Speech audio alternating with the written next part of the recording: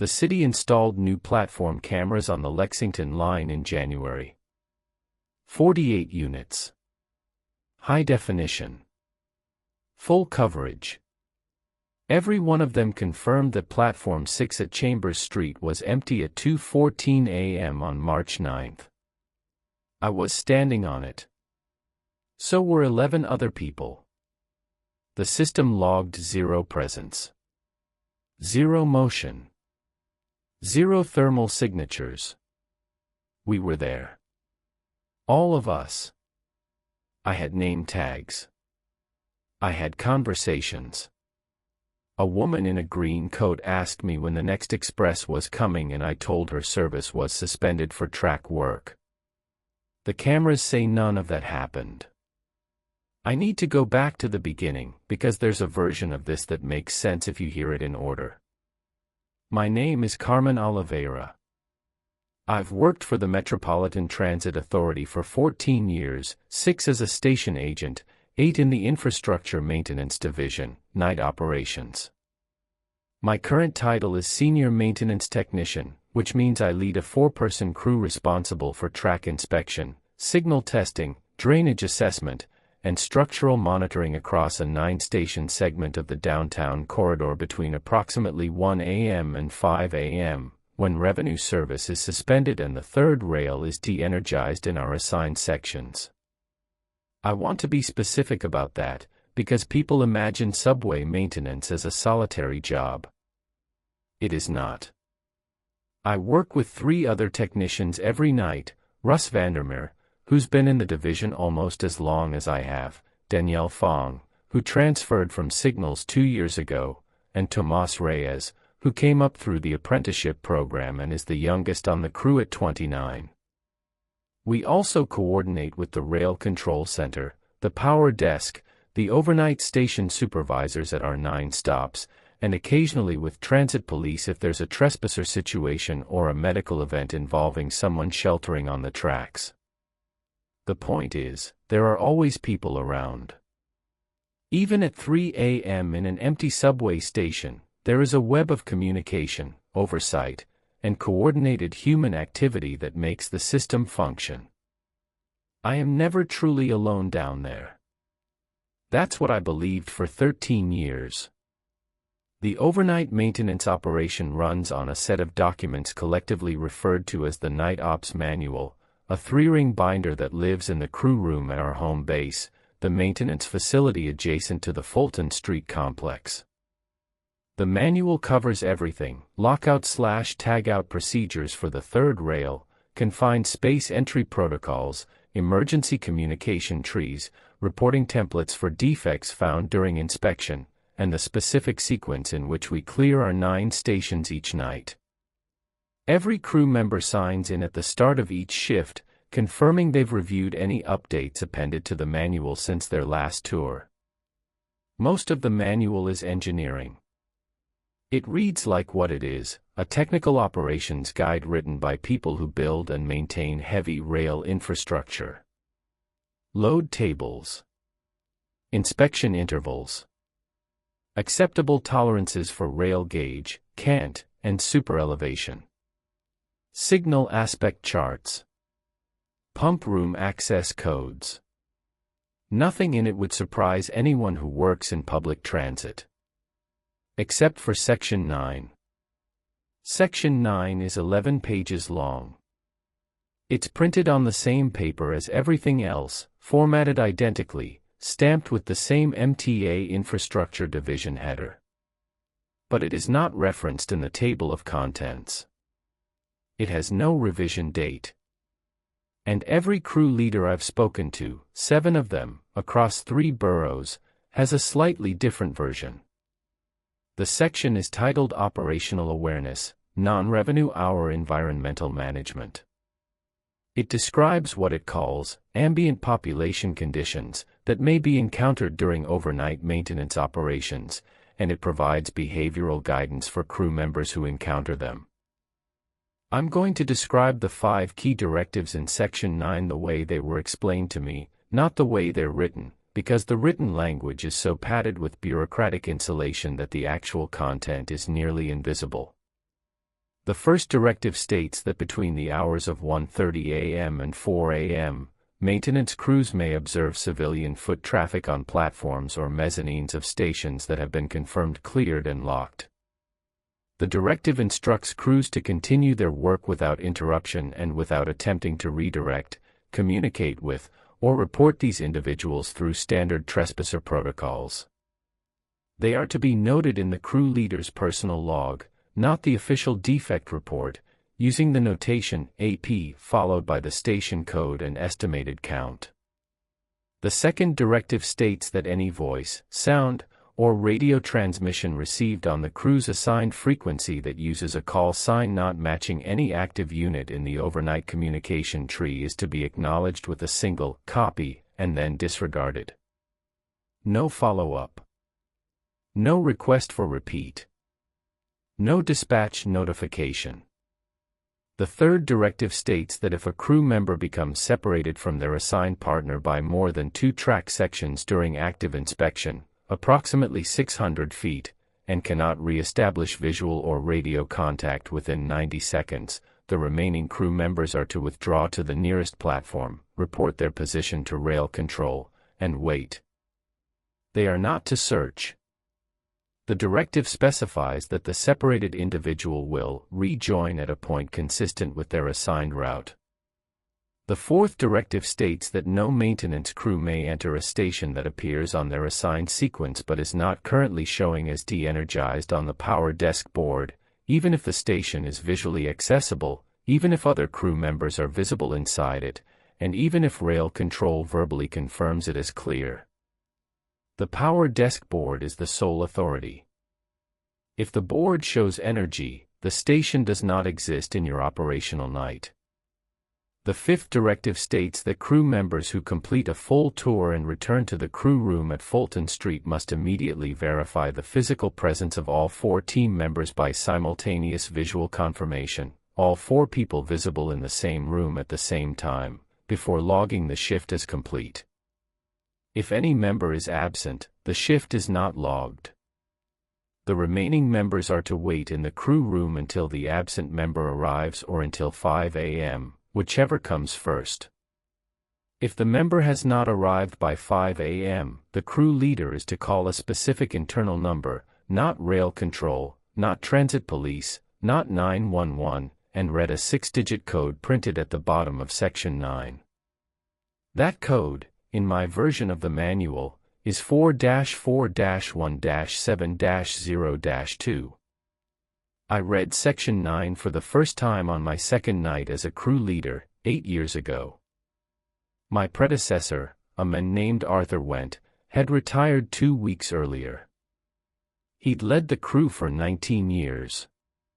During my single overlap shift with him, one night of shadowing before he handed over the binder, he walked me through the standard procedures with meticulous patience, answered every question I had about equipment and logistics, and then, at the end of the shift, placed his hand flat on the binder and said, "Section 9 is the part that matters." I asked him what it meant. It means what it says. The language is awkward, but the instructions are clear. Follow them exactly. Don't look for a reason. Don't ask the rail control center, they'll tell you they don't know what you're talking about, and they'll mean it. Don't ask transit police. Don't file a formal inquiry. Just follow the section. I asked him if something had happened. He looked at me for a while. Arthur was 63, heavy, slow-moving, with a face that had been shaped by decades of fluorescent light and recycled air. He didn't look afraid. He looked tired in a way that went past the physical. "Nothing happens," he said, "as long as you follow it." Then he left. I never spoke to him again. He died 14 months later, a heart attack, unrelated to the job, at his daughter's house in Teaneck. For the first year, I followed Section 9 the way I'd followed every other section of the manual, precisely, without emotional investment, as procedure. I logged APs. I acknowledged the stray radio calls with a flat copy. I kept my crew in pairs. I checked the power desk board before entering any station.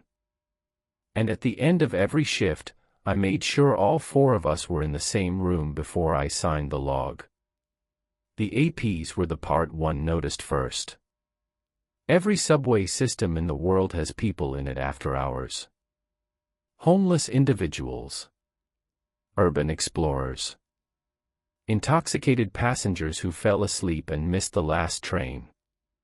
Part of the standard overnight protocol, separate from Section 9, involves a sweep of each station before maintenance begins, conducted by station supervisors or transit police.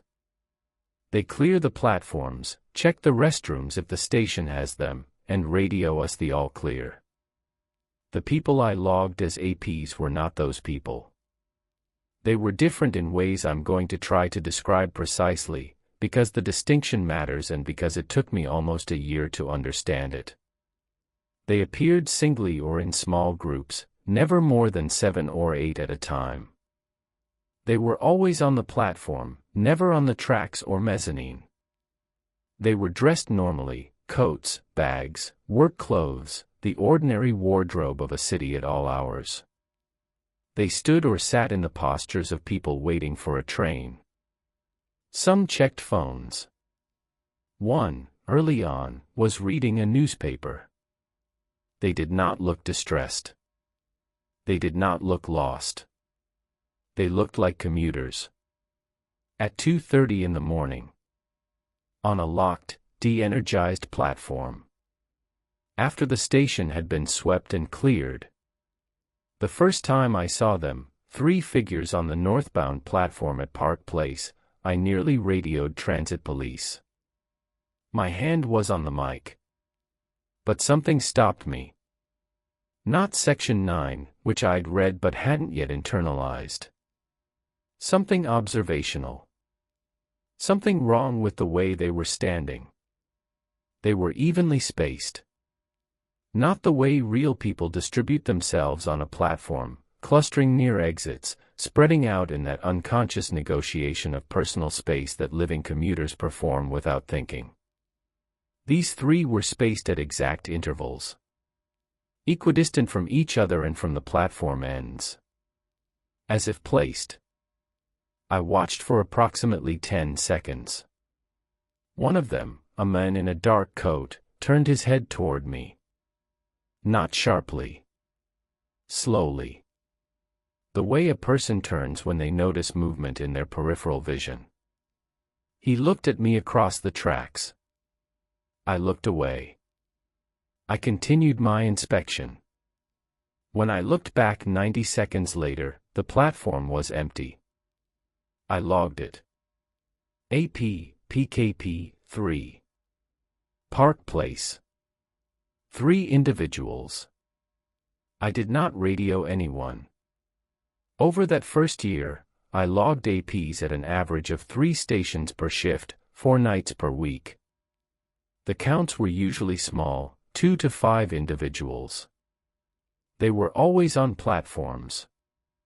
They always appeared during the 1:30 to 4:00 window specified in Section 9.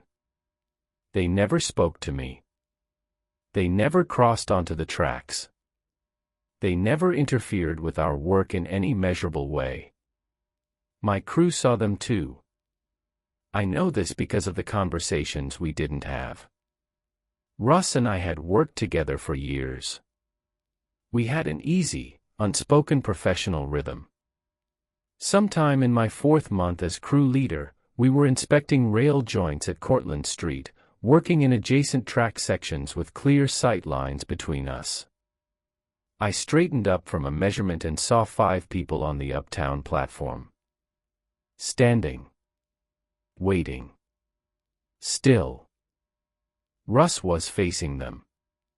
He was looking at his clipboard. I watched him for a moment. His pen wasn't moving. He was holding the clipboard at reading distance, but his eyes weren't tracking across the page. He was using the clipboard as a reason not to look up. I went back to my rail joint. We never discussed it. But from that night on, Russ and I developed an unspoken modification to our routine. When APs were present, we worked with our backs to the platform. Both of us. Simultaneously. Without ever having agreed to do it. Danielle, when she joined the crew, adapted within her first week. I don't know what she saw. I don't know if Russ told her something privately. But by her third shift, she was already turning away from populated platforms with the same smooth, unhurried deflection that Russ and I had developed. Tomas was the one who needed guidance. I should tell you about Tomas, because what happened to him is the reason I'm describing any of this. Tomas came to us from the apprenticeship program with excellent technical skills and a genuine enthusiasm for the work that I found both admirable and concerning. He was the kind of person who asked questions, not to challenge authority, but because he actually wanted to understand the system he'd been entrusted with. He read the manual cover to cover in his first week. All of it. Including Section 9. On his third shift, he asked me about it. We were in the crew room, pre-shift. Russ and Danielle were checking equipment. Tomas sat down across from me and placed the binder between us, open to Section 9, and said, quietly, so the others wouldn't hear, "Carmen, what is this?" I gave him Arthur's answer. Follow it. Don't look for a reason. But what are the APs? Are they ghosts? I told him I didn't know what they were. Have you ever talked to one? No. Has anyone? Not that I know of. What happens if you do? I told him Section 9 was clear. No communication. Continue your work. He was quiet for a moment. Then he said, the third directive. The one about separation. Will rejoin at a point consistent with their assigned route. That's a weird way to phrase it. Like it's happened before and they know the outcome. I didn't have an answer for that. I still don't. And the fifth one, he said. The visual confirmation. All four in the same room. Why would you need to verify that? We arrive together, we leave together. When would someone not come back? I closed the binder. Tomas. Follow the section. That's the job. He looked at me the way young people look at older people who have stopped asking questions, with a mixture of respect and disappointment, and he nodded and went to check his equipment. He followed Section 9 correctly for 11 months. The thing I want to describe next is not the event itself, that comes later, but the slow change in the environment that preceded it. Because the system didn't break suddenly. It shifted. Starting around September of last year, the APs changed. Not dramatically. Not in a way that Section 9's directives couldn't accommodate. But I noticed it, and I believe the others did too, because our unspoken behavioral modifications intensified during this period without any of us acknowledging why. The first change was spatial. The APs began appearing closer to us. For 7 years, they'd been exclusively on platforms, across the tracks from where we worked, separated by the third rail housing, and the opposite platform edge. A consistent distance. 25, 30 feet. In September, I logged an AP on our side of the tracks. Not on the tracks themselves. On the maintenance walkway. Standing in the narrow concrete corridor between the tunnel wall and the rail, approximately 40 feet ahead of our work position at Fulton Street. A single individual. Woman. Short hair. Wearing what looked like an MTA issue reflective vest. I stopped walking. Russ was behind me. I heard his footsteps stop too. The woman was facing away from us. Standing still.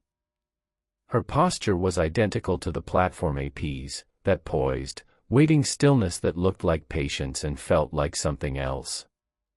Carmen. Russ's voice. Low. Controlled. I see it. First time in 7 years either of us had said it out loud. I know, I said.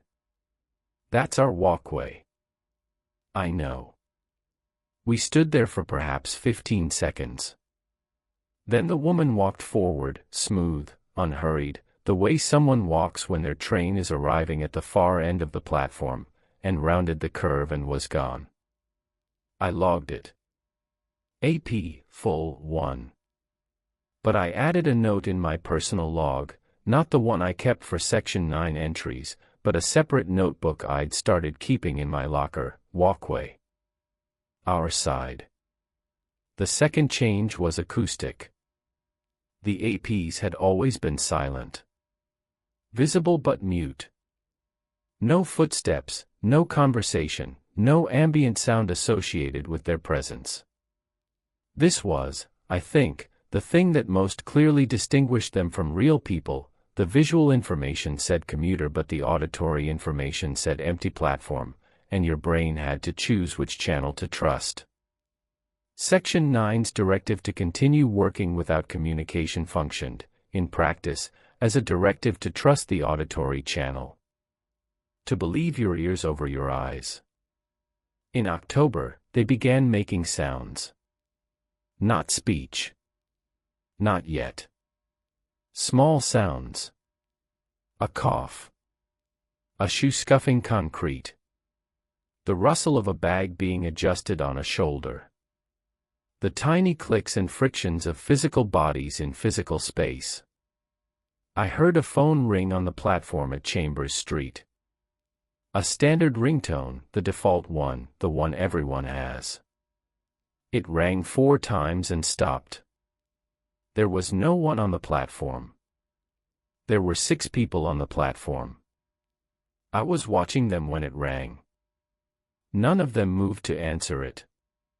None of them reacted at all.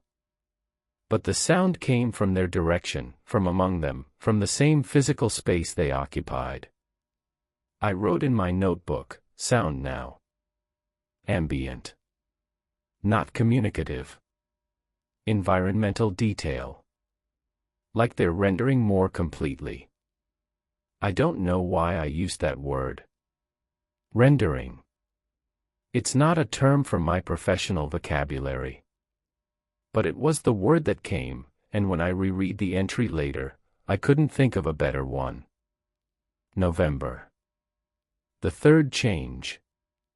I was logging an AP count at Park Place, the same station where I'd seen my first 3, 8 years ago, when one of them spoke to me. Not in the way the second directive described. Not a stray radio call with an unfamiliar call sign. A person, standing on a platform, turning to face me across the tracks, and speaking in a normal human voice. Excuse me. Is the 2 running? A man. 40s. Glasses. Holding a briefcase. His voice carried across the railed with perfect acoustics, the way sound travels in tile and concrete spaces, bright and immediate. I did not answer. He waited a moment, then turned back to face the tunnel, as if expecting a headlight. I logged it. AP, PKP, 4. But the notation felt absurd. This wasn't an ambient population condition. This was a man asking me a question. A man whose voice I could hear, whose face I could see, whose briefcase had a scuff on the left corner. For the first time in 8 years, I considered the possibility that I had been wrong. That the APs were simply people. That Section 9 was a paranoid artifact of an older institutional culture, maybe something that originated during the crime waves of the 1980s, a formalized version of "Don't engage with strangers in the subway at night." That I had spent 8 years cataloging homeless people and insomniacs and shift workers who'd wandered into locked stations through emergency exits, and the only strange thing about any of it was my willingness to treat them as something other than human. I considered this for about 2 weeks. Then the thing with the cameras happened. January. The MTA installed 48 new high-definition cameras along the Lexington Avenue line as part of a system-wide security upgrade. The cameras were integrated with the existing CCTV network, feeding into the Rail Control Center's monitoring suite and the Transit Police's surveillance hub at Columbus Circle. They included thermal imaging capability, motion detection, and automated person-counting software that could estimate platform population in real time. I learned about the installation during a routine briefing. It didn't concern me directly. Lexington isn't in my assigned corridor, but the system was being rolled out in phases, and our downtown stations were scheduled for the same upgrade in April.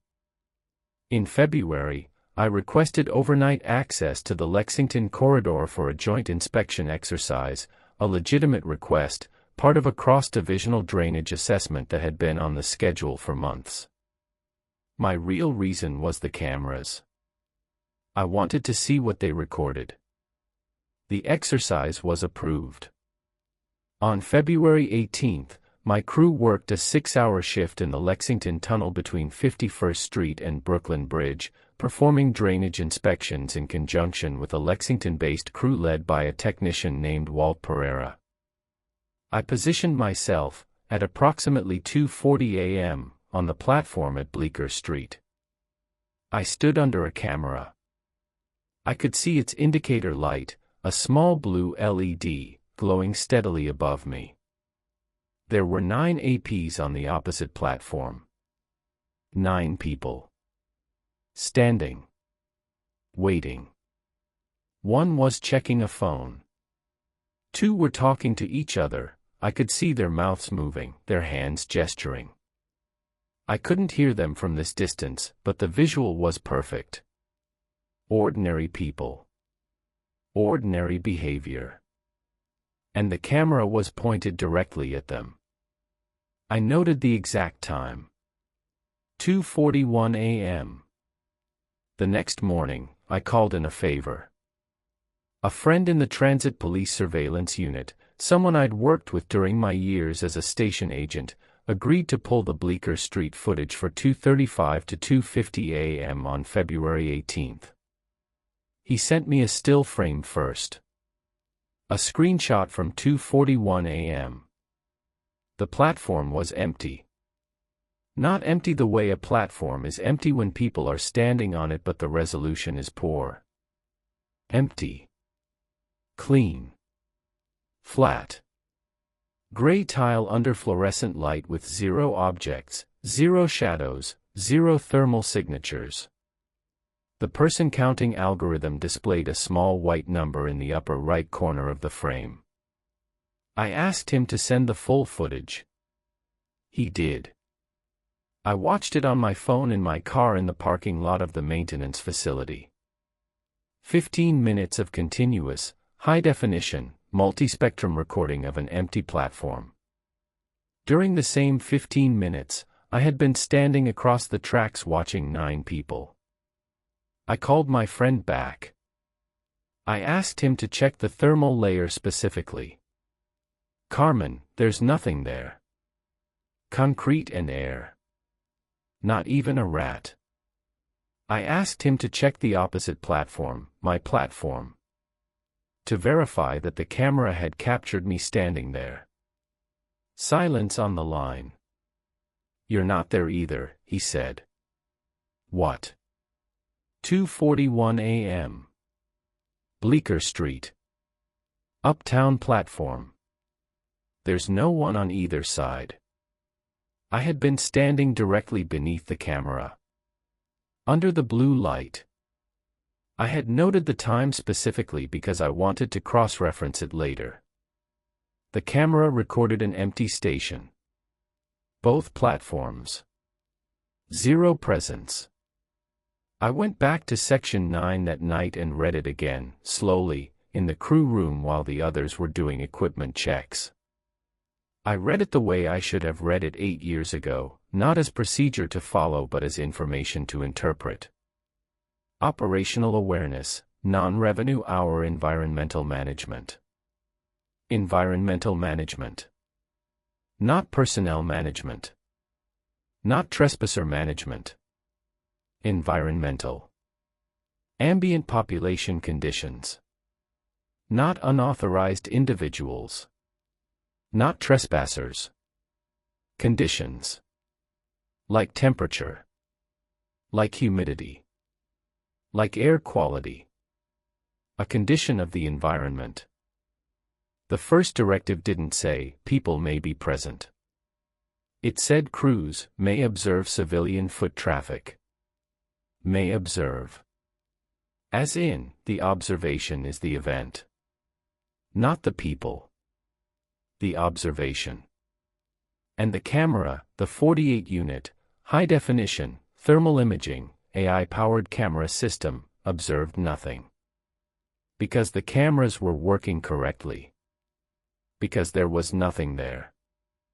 Except for the part of the system that is a human being, standing on a platform, with eyes and ears that assemble visual and auditory information into the experience of people. The APs weren't in the station. They were in us. No. That's not right either. That's the explanation I reached in February, and I held onto it for 3 weeks, and it's wrong. Or at least incomplete. Because it doesn't account for what happened with Tomas. March 9th. A Tuesday. We were running our standard tour.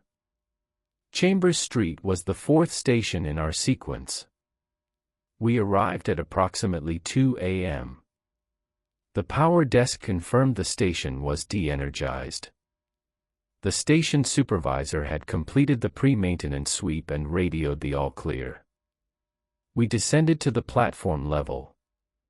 Russ and Danielle took the downtown side. Tomas and I took the uptown side. There were 11 people on the uptown platform. 11. The largest group I'd ever seen. They were distributed in the pattern I'd learned to recognize, not random, not clustered, but arranged. Evenly spaced. Facing the tunnel. Waiting. I logged it instinctively. AP, CHM, 11. I didn't look at them. I turned to begin my inspection of the rail joints at the north end of the platform. Tomas didn't turn.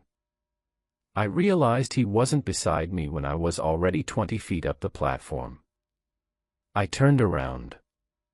He was standing at the platform edge. Facing the APs. Looking directly at them. Tomas. He didn't respond. Tomas. Let's go. He took a step forward. Toward the edge. I could see his face in profile. His expression was not frightened or entranced or blank. It was engaged. The way your face looks when someone is telling you something important and you're listening carefully. A woman in a green coat, one of the 11, had turned to face him.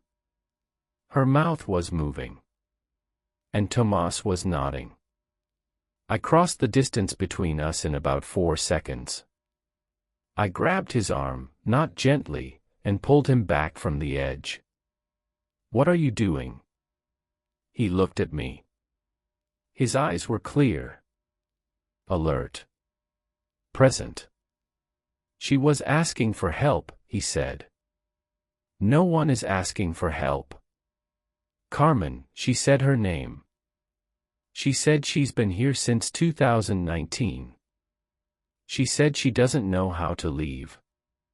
I looked at the woman in the green coat. She was looking at me.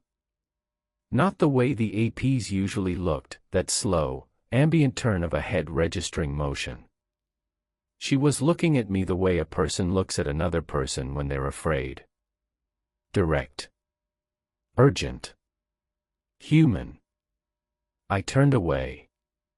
Tomas. We're moving to the next section. We can't just. We're moving. I pulled him with me. He came. But he looked back 3 times before we rounded the curve, and each time, I could feel the resistance in his arm, not physical resistance, not defiance. Reluctance. The reluctance of a person being led away from someone who needs help. We finished the Chambers Street inspection in 17 minutes. I don't remember the rail joint measurements. I don't remember the signal checks. I remember that I kept Tomas within arm's reach the entire time and that neither of us spoke. When we regrouped with Russ and Danielle on the mezzanine, Russ looked at my face and said nothing. Danielle glanced at Tomas, who was standing apart from us, staring at the platform stairway, and then looked at me with a question she didn't ask. We moved on to the next station. For the rest of the shift, Tomas was quiet. Professionally functional, he performed his inspections, took his measurements, documented defects correctly. But quiet. And during the final 2 stations, I noticed something. He was counting the APs. Not logging them the way I did, a quick notation in a personal record. Counting them actively. I could see his lips moving as his eyes tracked across populated platforms. Counting and recounting. His hand moving slightly at his side, index finger tapping against his thigh with each count. When we returned to the crew room at Fulton Street at 4:48 a.m., I performed the 5th directive. All 4 of us in the room. Simultaneous visual confirmation. Russ. Danielle. Tomas. Carmen. 4 people. Shift complete. I signed the log. Tomas changed out of his work clothes, put on his jacket, and paused at the door. Carmen. How many did you count tonight? Total. All stations. I didn't answer. I counted 43, he said. Across 7 of the 9 stations. Only Broadway, Nassau and Rector were empty. 43 people, Carmen. Waiting for trains that aren't coming. Every night. Tomas. What happens to them at 5 a.m.? When service starts? Are they still there? Do the morning commuters stand next to them? Does anyone go home, Tomas? He left. I should tell you what I did after he left, because it's the first time in 8 years I broke Section 9. Not one of the 5 directives. Something else. An unwritten rule I'd built for myself, derived from Arthur's guidance and from my own years of successful compliance: don't investigate. Section 9 doesn't say that explicitly. It doesn't prohibit inquiry. It simply provides no framework for it. The directives are behavioral: do this, don't do that, and they leave no room for the question why. The absence of an investigative pathway isn't an oversight. It's the design. You follow the section because following the section is the entire content of your relationship to the phenomenon. Anything beyond following is outside the section's protection. But Tomas had asked a question I couldn't stop hearing. What happens to them at 5 a.m.? So on March 10th, I stayed. My shift ended at 4:52 a.m. I signed the log. All 4 present. I told the crew I had a meeting with the division superintendent at 6 a.m., a lie, and I went back down to the platform at Fulton Street. 4:55 a.m. The platform was empty. No APs. No one. 5 a.m. The system came alive. I felt it first as vibration, the hum of the third rail re-energizing, transmitted through the platform concrete into my boots. Then the announcement system activated with its familiar chime and the automated voice, "Attention passengers. Service is now resuming on all downtown lines." 5:04 a.m. The first train arrived. An A express, mostly empty. 3 passengers exited. They walked past me without a glance. 5:08 a.m. More passengers arrived via the mezzanine. Early commuters. Nurses. Cleaners. Construction workers. The platform began to populate. I watched. I watched with the same attentiveness I'd developed over 8 years of logging APs. I watched posture, spacing, behavior, sound. I watched the way the real morning commuters distributed themselves, unevenly, organically, clustering near the stairs and the bench and the conductor's stop marker. I listened to the sounds they made: footsteps, phone audio, coughing, the rustle of bags. I watched them check the countdown clock and sigh and shift their weight. They were real. Completely, verifiably, unmistakably real. And then the platform was full, maybe 25 people, and the 5:12 a.m. southbound 2 train was approaching, and I saw something that I am going to describe as carefully as I can. A woman at the far end of the platform turned her head and looked at the man standing next to her. He was looking at his phone. She looked at him for approximately 2 seconds. Then she turned back to face the tunnel. And the man disappeared. Not vanished. Not dissolved. Disappeared in the way that a single face disappears in a crowd: you look away, you look back, and you can't find it. Except I hadn't looked away. I was looking directly at the space he'd occupied, and he was no longer in it, and the people on either side of where he'd been standing had shifted slightly inward, closing the gap, as if the space had never been occupied. I scanned the platform. 24 people. 1 less. The woman who had looked at him was standing in the same position. She was facing the tunnel. She was waiting. She was perfectly still. At 5:14 a.m., the 2 train arrived. Doors opened. Passengers boarded and exited. Normal operations. Normal morning. The woman in the far position did not board the train. The doors closed. The train departed. She remained. 5:18 a.m. The platform repopulated. New commuters descending from the mezzanine. 22 people. The woman was among them, standing at the same position, facing the tunnel, waiting. A man walked up and stood beside her. Closer than the normal comfort distance. He didn't seem to notice her. He was reading something on his phone. She turned her head. Looked at him. 2 seconds. Turned back. I left. I walked up the mezzanine stairs and out through the emergency exit and into the March morning, and I did not stop walking until I was 6 blocks away and the cold air had cleaned the fluorescent haze from my eyes. I didn't go back to the platform during revenue hours. I went home. I slept for 2 hours. I picked up my daughter from school. I made dinner. I performed the motions of normal life with a precision that felt mechanical, because inside the mechanics, something was running calculations I couldn't interrupt. The APs weren't waiting for trains. They weren't remnants. They weren't impressions. They weren't environmental conditions or perceptual artifacts or anything that the language of Section 9 could contain. They were doing what the woman at Fulton Street was doing.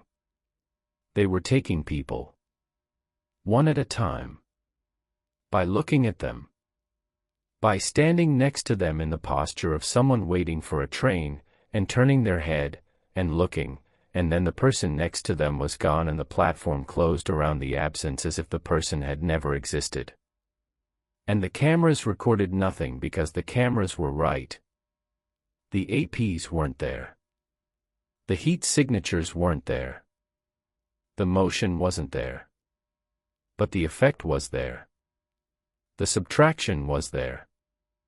A person who had entered the station through a turnstile, who was recorded on camera walking down the stairs, who was captured on the platform at 5:11, and then was not captured at 5:15. The system would register it as a departure. As someone who boarded a train. The count would balance. The numbers would work. Because no system is designed to count subtractions that look like departures. And the 43 people Tomas counted, across 7 stations, every night, year after year, they weren't waiting. They were hunting. During the hours when the stations were empty, they stood on platforms with nothing to hunt. They waited in the posture of commuters because that's what they did. That's all they did. And Section 9 existed not to protect maintenance crews from the APs, but to prevent maintenance crews from interfering with them during the hours when they were dormant. When they were between. The real work happened at 5 a.m. When the system came alive. When the platforms filled with real people standing shoulder to shoulder with things that looked like people. When the morning commute began and the APs, patient, evenly spaced, silent, began to turn their heads. I tried to tell someone. Not rail control. Not transit police. Not my supervisor or the division superintendent or anyone inside the MTA, because Section 9's existence told me that some layer of the institution already knew, had always known, and had designed a behavioral framework to manage the only variable it could control, its own employees. I tried to tell Renata, my ex-wife, Tomas's mother. No. I need to correct that. Renata is not related to Tomas. I don't know why I wrote that. Renata is my sister. She works in city government, the comptroller's office. I thought she might have access to records that could tell me something about Section 9's origin. A budget line. A contract. Something that would show where the directive came from. I drove to her office on a Thursday afternoon. I sat in the waiting area. She came out, we walked to a coffee shop, and I told her, in general terms, without specifics that would sound insane, that I'd encountered an operational document at work that appeared to address a known safety issue through behavioral compliance rather than remediation, and that I was trying to determine whether any municipal authority had oversight of it. She listened carefully. She asked reasonable questions. She said she would look into it. 3 days later, she called me. Carmen, I looked for any contractual or budgetary reference to overnight environmental management in the MTA Infrastructure Division. There's nothing. No line item. No consultant contract. No regulatory mandate. Whatever your Section 9 is, it's not funded, it's not overseen, and it doesn't officially exist. I thanked her. But I found something else, she said. I was searching the comptroller's archived correspondence, old stuff, decades, and there's a memo from 1996. From a deputy comptroller named Marianne Solis. It's addressed to the MTA Director of Operations. 1 paragraph. It says, per our conversation of November 14th, this office will not pursue an audit of the non-revenue hour personnel discrepancy program. This decision is final and applies to all successor administrations of this office. Personnel Discrepancy Program. Carmen. What does that mean? I told her I didn't know. I told her not to look any further. Carmen, if there's a safety. Renata. Stop looking. Please. She stopped. I think. I hope. Personnel Discrepancy Program. I've turned that phrase over in my mind for weeks. A program designed to manage discrepancies in personnel. Discrepancies between what? Between who is on the platform and who is supposed to be.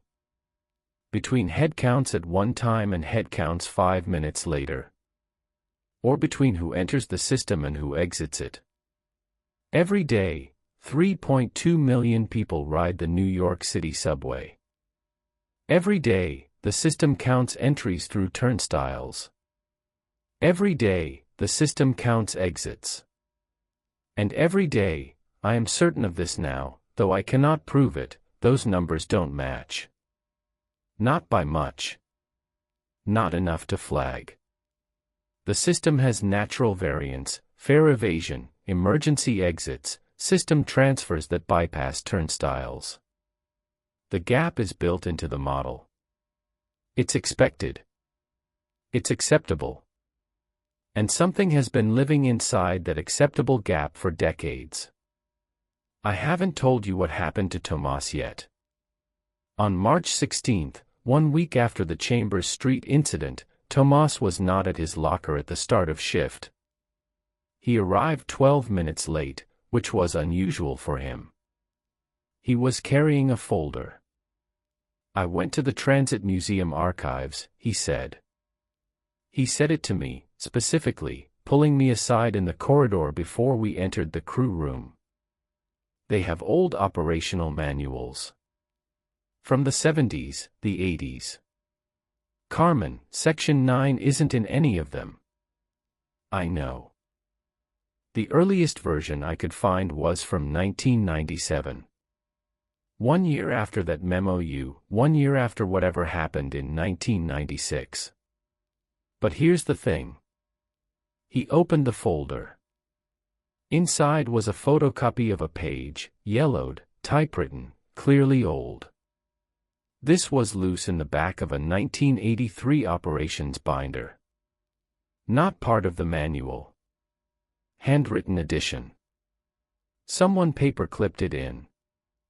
I read it. It was a single paragraph, written in neat block letters. If you see passengers on the platform during non-revenue hours, do not speak to them. Do not report them. Continue your work. They are part of the system. They have always been part of the system.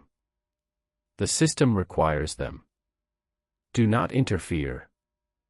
14 years before Section 9 was formalized. They have always been part of the system. The system requires them. Carmen, Tomas said. The woman at Chambers Street. She told me her name. She said she's been on that platform since 2019. She said she remembers getting on a train and then she was on the platform and the train never came. She said she's not the only one. She said there are hundreds. She said they can't leave because leaving is what they do to other people now. Tomas. She was crying. She was standing on that platform and she was crying and she asked me to help her and I turned away because you told me to turn away. Tomas, listen to me. I'm going back tonight. I'm going to talk to her. I'm going to find out how this works. And then I'm going to find out how to get her out. He came to the shift. He performed his work. He followed every directive in Section 9 for 7 of our 9 stations. He was professional, precise, and controlled. At Chambers Street, he walked to the platform edge while I was documenting a rail defect 40 feet away. I turned around when I heard his voice. He was talking to the woman in the green coat. She was standing across the tracks on the downtown platform, exactly where she'd been on March 9th. He was speaking to her at full volume, his voice carrying across the rail with the same bright acoustics I'd noticed when the man with the briefcase had spoken to me at Park Place. "What's your name?" he called. I couldn't hear her reply. "When did you get here? Do you remember the date?" I was moving toward him. Russ and Danielle had come around the curve from the south end and were moving too. All three of us converging on Tomas with the urgency of people who have been trained to prevent something they cannot name. "How many of you are there?" Tomas called. And then something happened that I have to describe in the order it occurred, because the order is the only part I'm sure of. The woman in the green coat stopped moving. She had been shifting her weight, the way people do, that small, alive oscillation of a standing body. She stopped. All 11 APs on the downtown platform stopped. Simultaneously. Whatever small motions they'd been making, the phone checking, the bag adjusting, the ambient fidgeting that had been rendering more completely over the past 6 months, all of it ceased. 11 figures, perfectly still, in the same instant. Then they turned. All 11. Toward Tomas. Not the slow, ambient head turn I'd seen hundreds of times. A unified, simultaneous rotation. 11 faces, all at once, oriented toward the man on the opposite platform who was trying to help them. Tomas stopped talking. The lights on the platform didn't flicker. The temperature didn't change. The tunnel didn't make a sound. Nothing happened that any instrument would register. But the quality of the air changed, the way it changes in the moment after a car accident, when the physics is over and the silence hasn't yet filled with screaming. A hell breath quality. A system pausing. "Tomas," I said. "Step back from the edge." He didn't step back. He didn't step forward. He stood exactly where he was. And then there were 12 people on the downtown platform. I didn't see him move. I didn't see him cross.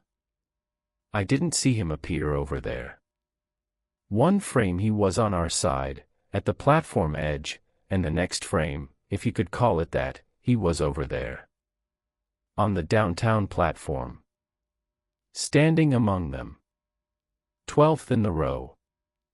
Facing the tunnel. Russ made a sound. A single syllable that might have been a name. Tomas was standing on the downtown platform. His posture was the same as theirs. His hands were at his sides. He was facing the tunnel. He was still wearing his hard hat and his reflective vest and his work gloves. He looked exactly like a maintenance technician who had walked to the wrong platform. "Tomas." I shouted it. Full volume. My voice hit the tile walls and came back to me multiplied. He didn't turn.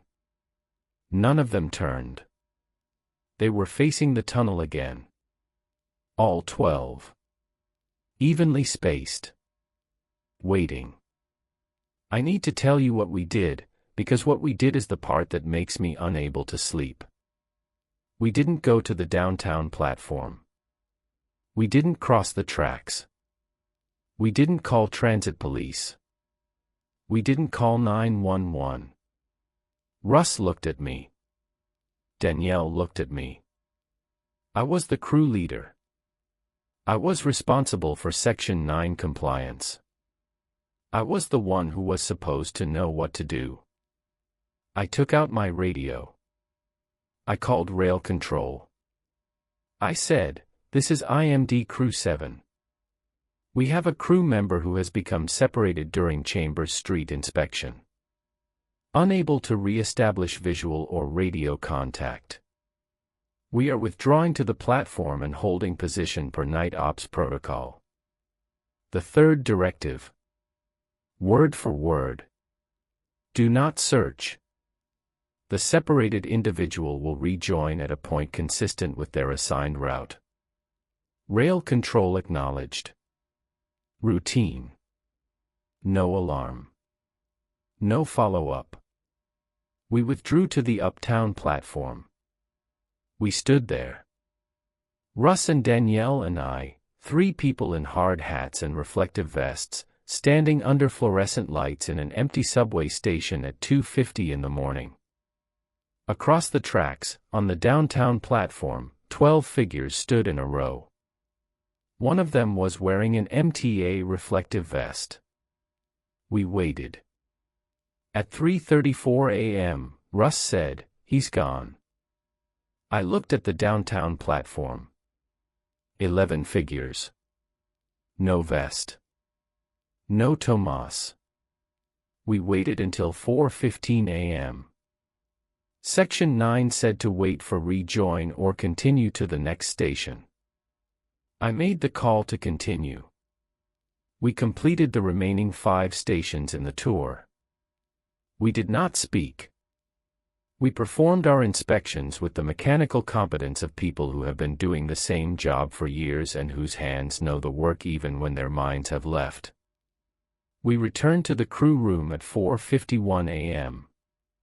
Tomas was sitting on the bench in front of his locker. He was in his street clothes. His work gear was stowed. His hard hat was on the shelf. He looked up when we entered and said, "Hey."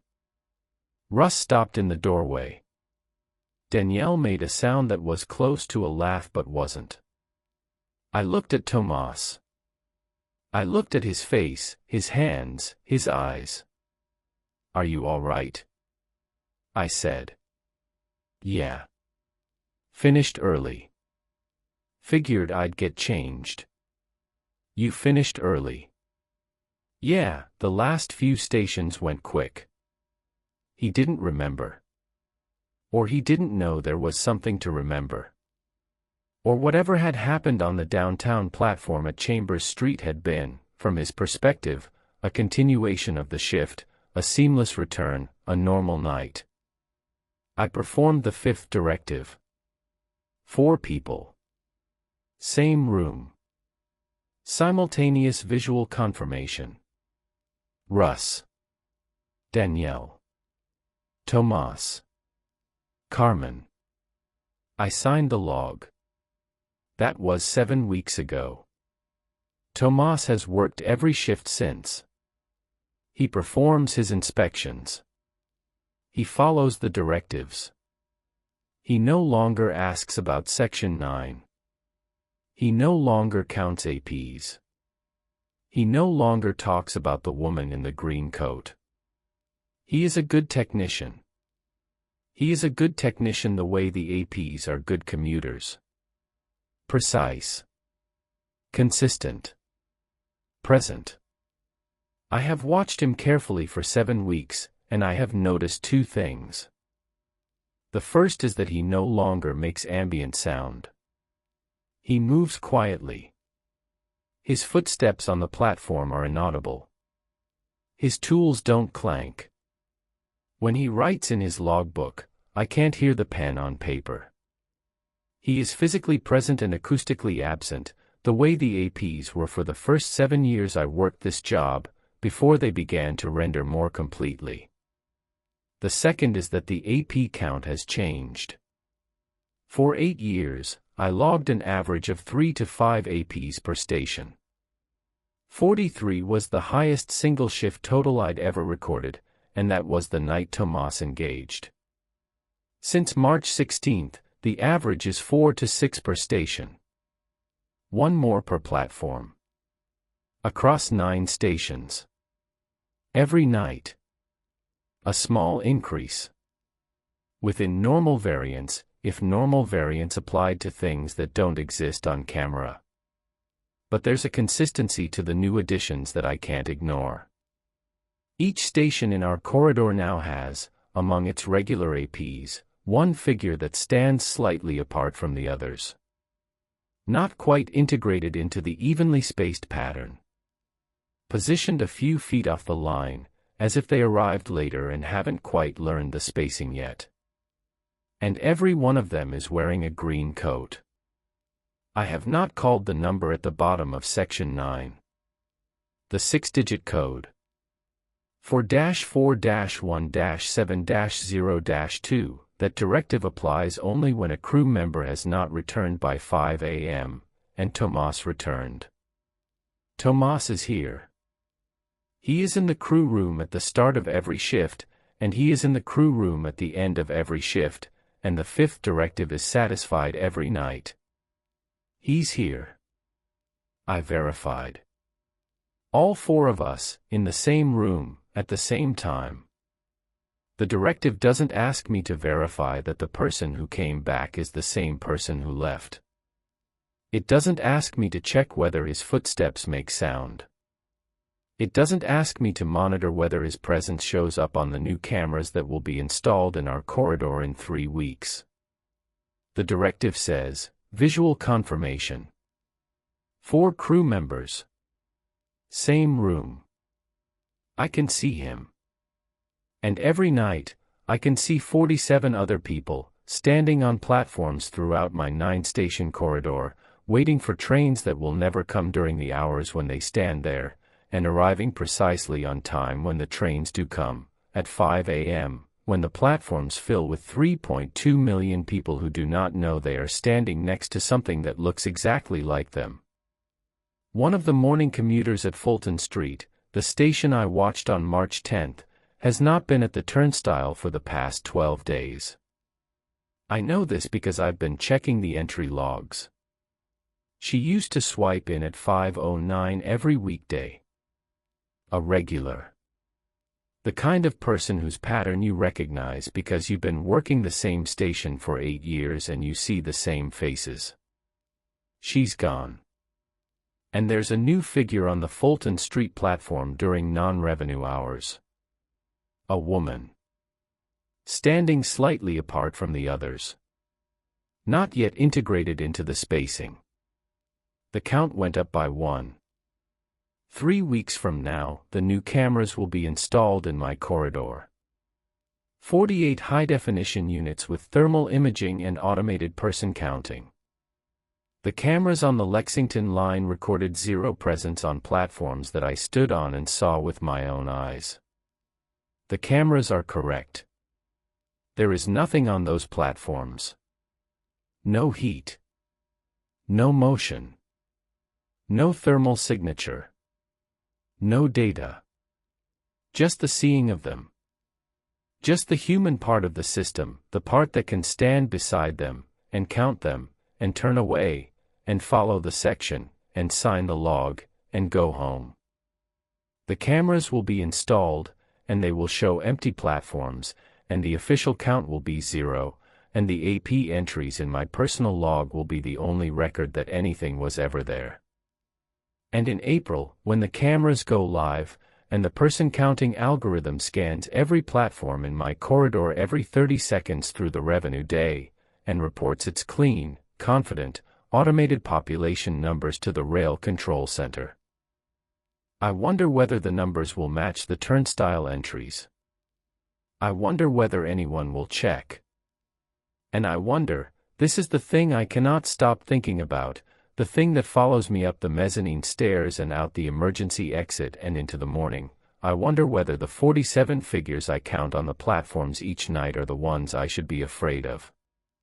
Or whether they're the ones who were afraid first.